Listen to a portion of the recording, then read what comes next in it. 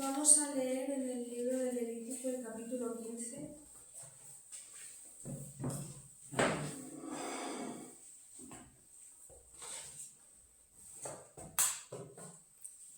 Levítico 15.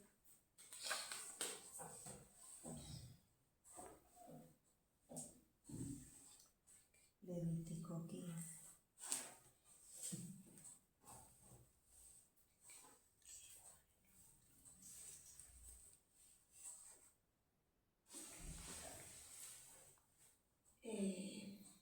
Amén.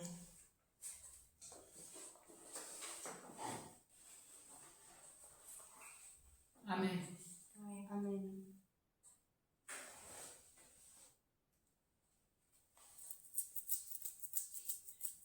Amén. Vale, me he equivocado. Perdón. Levítico 16.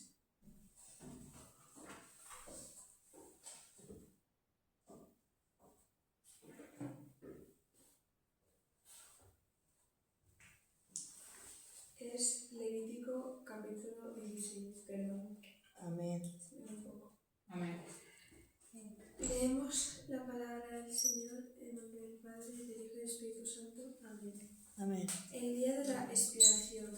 Levítico 16. El día de la expiación. Amén. El Señor habló a Moisés después de la muerte de los dos hijos de Aarón que fallecieron cuando se acercaron a la presencia del Señor, y el Señor dijo a Moisés: Di a Aarón tu hermano que no entre en todo tiempo en el santuario detrás del velo, delante del propiciatorio que está sobre el arca, para que no muera, pues yo apareceré en la nube sobre el propiciatorio. Aarón entrará en el santuario con esto: un becerro para la expiación y un carnero para el holocausto.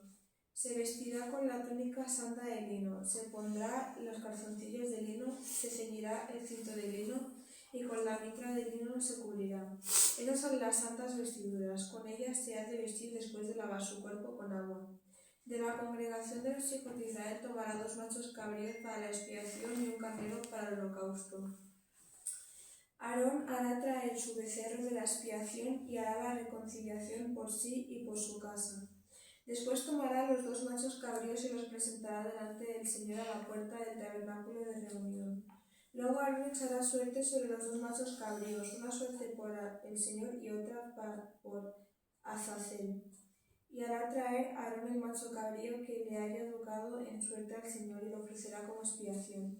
Pero el macho cabrío que le haya tocado en suerte a Azazel lo presentará vivo delante del Señor para hacer la reconciliación sobre él y enviarlo al desierto para Azazel.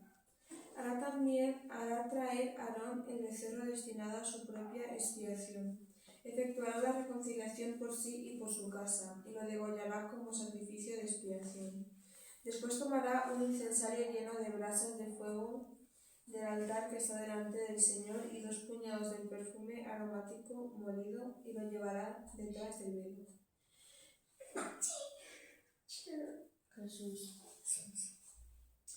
Pondrá el perfume sobre el fuego delante del Señor, y el humo del perfume cubrirá el propiciatorio que está sobre el testimonio, para que no muera. Tomará luego de la sangre del becerro y la rociará con su dedo en el lado oriental del propiciatorio, y delante del propiciatorio esparcirá de aquella sangre con su dedo 7 veces. Después degollará el macho cabrío como expiación por el pecado del pueblo. Llevará la sangre detrás del velo interior y hará con su sangre como hizo con la del becerro. La esparcirá sobre y delante del propiciatorio. Así purificará el santuario a causa de las impurezas de los hijos de Israel, de sus rebeliones y de todos sus pecados. De la misma manera hará también con el tabernáculo de reunión que está entre ellos en medio de sus impurezas. Ningún hombre estará en el tabernáculo de reunión cuando él entre a hacer la expiación en el santuario, hasta que él salga. Cuando haya hecho expiación por sí mismo, por su casa y por toda la comunidad de Israel, saldrá hacia el altar para estar delante del Señor y lo expiará. Tomará de la sangre del becerro y de la sangre del macho cabrío y lo pondrá sobre los cuernos alrededor del altar. Esparcirá sobre él de la sangre con su dedo 7 veces. Así lo limpiará y lo santificará de las impurezas de los hijos de Israel. Cuando haya acabado de expiar el santuario, el tabernáculo de reunión y el altar, hará traer el macho cabrío vivo. Pondrá Aarón sus 2 manos sobre la cabeza del animal y confesará sobre él todas las iniquidades de los hijos de Israel, todas sus rebeliones y todos sus pecados. Así los pondrá sobre la cabeza del macho cabrío y los soltará en el desierto por medio de alguien destinado para ello. Aquel macho cabrío llevará sobre sí todas las iniquidades del pueblo a tierra inhabitada, y dejará ir el macho cabrío por el desierto. Después vendrá Aarón al tabernáculo de reunión y se quitará las vestiduras de lino que había usado para entrar en el tabernáculo y las pondrá allí. Lavará todo su cuerpo con agua allí mismo en el santuario y después de ponerse sus vestidos saldrá a ofrecer su holocausto y el holocausto del pueblo. Hará la expiación por sí mismo y por el pueblo, y quemará en el altar las grasas del sacrificio por el pecado. El que haya llevado el macho cabrío a Azazel lavará sus vestidos, lavará también con agua su cuerpo, y después entrará en el campamento. Después sacará fuera del campamento el becerro y el macho cabrío inmolados por el pecado, cuya sangre fue llevada al santuario para hacer la expiación, y quemarán en el fuego su piel, su carne y su estiércol. El que los queme lavará sus vestidos y lavará también su cuerpo con agua, y después podrá entrar en el campamento. Esto tendréis por estatuto perpetuo. En el mes séptimo, a los 10 días del mes, afligiréis vuestras almas y ninguna obra haréis, ni el natural ni el extranjero que habita entre vosotros. Porque en este día se hará expiación por vosotros y seréis limpios de todos vuestros pecados delante del Señor. Día de reposo es para vosotros, y afligiréis vuestras almas. Es un estatuto perpetuo. Hará expiación el sacerdote que sea ungido y consagrado para tal función, en lugar de su padre. Se vestirá con las vestiduras de lino, las vestiduras sagradas, y hará la expiación por el santuario santo y el tabernáculo de reunión. También hará expiación por el altar, por los sacerdotes y por todo el pueblo de la congregación. Eso tendréis como estatuto perpetuo para hacer expiación una vez al año por todos los pecados de Israel, y Moisés lo hizo como el Señor lo mandó. De este capítulo podemos sacar varios puntos. Uno de ellos es cómo en la antigüedad, para expiar los pecados, lavar sus pecados, debían hacer sacrificios, cosa que actualmente no hace falta que hagamos porque Jesús murió por nosotros. Otro punto que ya hemos mencionado en algunas ocasiones es el hecho de que esos sacrificios, tal y como el primero de Adán y Eva, no eran para limpiar nuestros pecados, sino para taparlos. Y ese es el claro ejemplo que podemos ver, por ejemplo, en Génesis, cuando comieron del fruto del bien y el mal, que no debían hacer, y fueron descubiertos. Dios les vio y para cubrir su desnudez tuvo que matar a un animal del paraíso para cubrirles. Y desde ahí nuestros pecados se cubren con un sacrificio de un animal. Y como podemos ver aquí, ellos tenían que hacerlo una vez al año, como que tenía fecha de caducidad. Una vez al año debían hacerlo para cubrir sus pecados delante de Dios, y así constantemente. Pero por el sacrificio de Jesús, que en vez de tapar nuestros pecados los limpia, nosotros ya no hace falta que hagamos sacrificios. Basta con que nos arrepintamos de verdad, porque no basta con decirle a Dios, perdóname y lo vuelves a hacer, perdóname y lo vuelves a hacer, porque Dios no es tonto. Dios nos ve en todo momento y también conoce nuestros pensamientos. Y Dios sabe cuando hacemos algo de verdad y cuando lo hacemos por aparentar. Basta con que nos arrepintamos de corazón, de verdad, y no lo volvamos a hacer como hacía el rey David. No fingir, sino genuinamente arrepentirnos de corazón. Y la tercera parte, que es la más importante que considero yo, es cómo termina el versículo, que es el último párrafo que dice: y Moisés lo hizo como el Señor le mandó. Nosotros seremos bendecidos si obedecemos a Dios con lo que nos manda, porque Dios en su infinita misericordia, sabiendo que nosotros somos humanos, no nacemos sabiéndolo todo, Él nos da las instrucciones de lo que debemos hacer para que hagamos las cosas bien. No nos dice, haz esto como a ti te nazca y ya está, sino que Él nos da las instrucciones para que podamos hacer las cosas como Él quiere que las hagamos. Y algo que vemos que es muy importante en todo el libro que hemos leído de Levítico es que en cada cosa que el Señor les mandaba, ellos lo cumplían como Dios les decía. De hacer el tabernáculo de reunión, lo hicieron exactamente como Dios les mandó. Cómo curar las enfermedades del pueblo también, y cómo expiar los pecados también, y por eso el pueblo era salvado y era santo en la presencia del Señor, porque le obedecían. Amén. Ahora, no sé si da tiempo a leer otro. Vale, pues leeremos el 17 también. El santuario único. El Señor dijo a Moisés: habla a Aarón y a sus hijos y a todos los hijos de Israel. Esto es lo que ha mandado el Señor.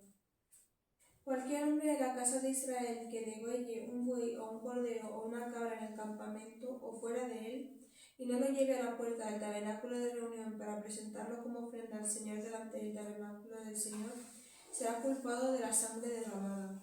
Tal hombre derramó sangre y será por tanto eliminado de su pueblo, a fin de que los hijos de Israel traigan sus sacrificios al sacerdote, los que sacrifican en medio del campo ante el Señor a la puerta del tabernáculo de reunión, y así ofrezcan sus sacrificios de paz al Señor. El sacerdote esparcirá la sangre sobre el altar del Señor a la puerta del tabernáculo de reunión y quemará la grasa como olor grato al Señor. Y nunca más ofrecerán sacrificio a los demonios, tras lo que se han prostituido. Tendrán esto por estatuto perpetuo para sus generaciones. Les dirás también: cualquier hombre de la casa de Israel o de los extranjeros que habitan entre vosotros, que ofrezca holocausto o sacrificio y no lo traiga a la puerta del tabernáculo de reunión para ofrecerlo al Señor, tal hombre será culpado, será igualmente eliminado de su pueblo. Esto, como ya hemos leído antes, o ya hablamos anteriormente hace unos días, Dios no necesita un templo físico, pero en la antigüedad ellos tenían un lugar en concreto para ir a buscar a Dios. Y a lo mejor algunos no llegamos a entender por qué sacrificar algo para el Señor no está bien hacerlo en el campo, en algún lugar, pero sí deben hacerlo en un lugar concreto, y es por algo muy simple, que es llamado obediencia. Si Dios nos manda a hacer algo que nosotros no entendamos, debemos hacerlo. Y en este caso, ellos construyeron con la guía del Señor un lugar santo para acercarse a Él, y también se pusieron personas que debían hacer los sacrificios por el pueblo. Entonces, si alguien iba en contra de esa ley, iba en contra de lo que Dios les había indicado que debían hacer. Por eso era eliminado de su pueblo, porque era una desobediencia directa a Dios. Y es algo que considero importante matizar, porque a lo mejor uno no lo puede entender, pero al menos esto es lo que yo entiendo de lo que hemos leído. Seguimos con el versículo 10. Prohibición de comer sangre.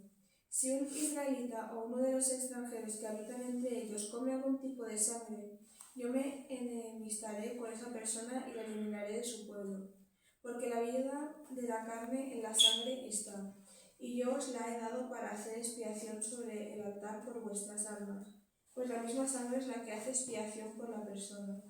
Por tanto he dicho a los hijos de Israel: nadie de entre vosotros comerá sangre, ni tampoco el extranjero que habita en vuestra compañía.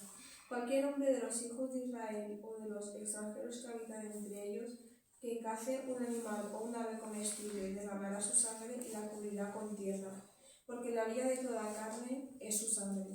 Por eso he dicho a los hijos de Israel: no comeréis la sangre de ninguna carne, porque la vida de toda carne es su sangre, y cualquiera que la coma será eliminado. Cualquier persona, tanto de los naturales como de los extranjeros, que coma un animal muerto o despedazado por una fiera, lavará sus vestidos y se lavará a sí mismo con agua, y será impura hasta la noche, entonces quedará limpia. Y si no los lava, ni lava su cuerpo, quedará con su pecado. Esto nos habla claramente de leyes que ya hemos leído anteriormente, de cómo se quedan con el pecado por no obedecer, y también nos recalca que no hay mucho que pueda explicar, la verdad, porque lo dice bastante claro, que no podían, evidentemente, comer la sangre, porque era la vida del animal, por eso no estaba permitido hacerlo, y también porque las usaban en los sacrificios, era para expiar sus pecados. Pero también podemos ver, como dijo Jesús, que también es un motivo por el cual también podemos comer pues, cualquier tipo de animal actualmente, que no es tanto lo que entra por la boca como lo que sale.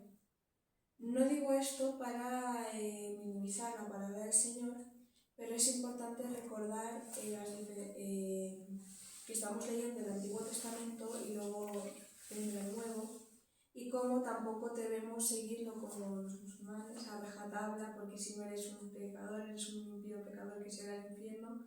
Actualmente no es así, pero yo, por ejemplo, no como la sangre de los animales cuando como carne, pero eso no significa que si tú lo haces te vas a ir al infierno.